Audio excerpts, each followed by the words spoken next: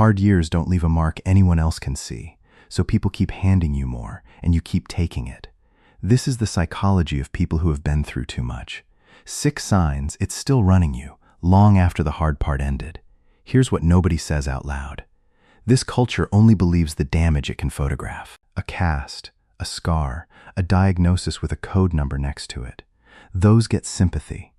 Everything else gets a compliment. And the compliment is how somebody closes a conversation they didn't want to have. You're so strong.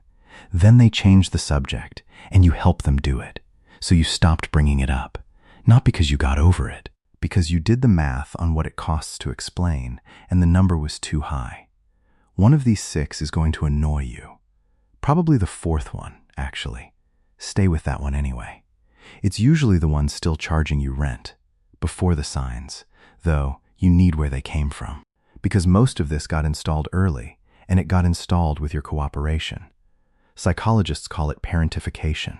A kid gets handed a job that belongs to an adult, translating at the doctor's office, managing a parent's mood, knowing which envelopes on the counter are urgent, and the kid does it, usually well. But that's the part people miss. The kid is good at it. And being good at it is exactly the problem. Because competence is the one thing a struggling household will never take off you. It'll take your Saturday. It'll take your version of what happened. It will not take the job. So you got promoted. Over and over, quietly, until being the one who handles it stopped being something you did and started being who you are. Then the hard years came. Whichever ones yours were. And you know the dates. And you already had the skill set. You didn't fall apart. You went operational. That's not resilience. That's a kid who never once got to find out what happens if they don't handle it. Sign 1. Your alarm system got recalibrated, and nobody told you where the new setting is. There was a version of you that could lose an entire evening to one ambiguous message. We need to talk. 3 words, and the night was gone. You'd check the timestamp at 2 in the morning, and that version is gone. Now the same message arrives and you feel almost nothing. You answer in 20 minutes. You eat dinner. What happened is habituation. Run an alarm often enough and the system stops answering it.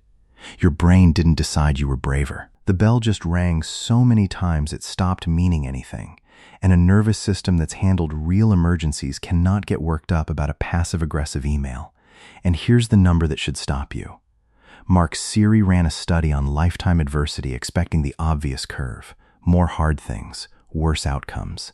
That is not what came back. People with a moderate amount of adversity behind them were doing better.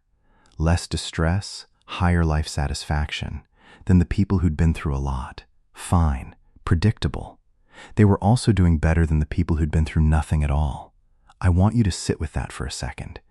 The group with the clean record didn't win. On the one thing everybody assumes they'd be best at, they came in last.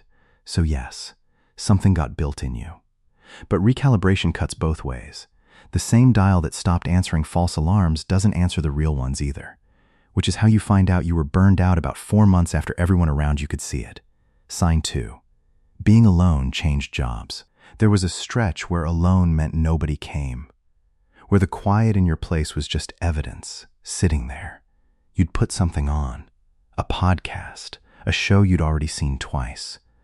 Mostly so there'd be a voice in the room that wasn't yours. Now you drive home from something genuinely good, and the best part of the whole night is the part after it. Key in the door. Nobody left to track, and people will call that antisocial. Some of them will be worried, a couple will be a little hurt, and that's fair. Here's what's actually happening. For years, other people were the environment you had to monitor. Being alone is the only room where the monitoring switches off. You're not avoiding company. You're off shift. Sign 3. You pick up things about people they haven't said yet, and it costs you far more than anyone knows. The half second before somebody answers, a laugh that comes in a little too high. You catch all of it, and you're usually right, but everyone treats this as a gift. Ask what it's made of. It's a nervous system that never fully signed off, keeping a live count of how everyone in the room is doing at a dinner party in a house where nothing whatsoever is wrong. You don't get to shut it off in the safe places. You've carried it into every safe room you've ever been in. That's what makes it a cost and not a talent. Talents rest. If 2 of these have landed already, subscribe. This channel is a running record of what people carry without a name for it, and stay for sign 5. It's the one that explains why you're the calmest person in the room and why that isn't always good news. Sign 4. Everybody gets the tour, and the tour has a route. You're not cold. Most people would describe you as open. You'll talk about the job, your family, the surgery, the move, the year everything came apart. You've told it enough times that it has a shape now. You'll probably make it funny. And there's one door you walk people past every single time, and you didn't decide to be private. The psychology of people who have been through too much is mostly a record of what happened the last time they weren't careful. A door doesn't lock itself. Somebody has to get in first and break something that mattered. So there are 2 versions. The one that goes out. Accurate, complete, checkable, safe. And the room you don't take anyone into. And the tour is so warm, so generous with detail, that almost nobody notices they've never been in that room. Sign 5. Other people's emergencies don't move you, and you've had to learn to hide that. Somebody at work is coming apart over a canceled flight. A friend calls, genuinely shaking, about a text her sister sent. You nod in the right places. You say the right thing, because you're good at this. You've been good at this since you were about 11. And underneath, at a level you'd never say out loud, there's a small flat voice going. This is the worst thing that has ever happened to you. Bethany is 31. In 2008, she was 12, in Stockton, California. The epicenter of the housing crash before anybody was calling it that.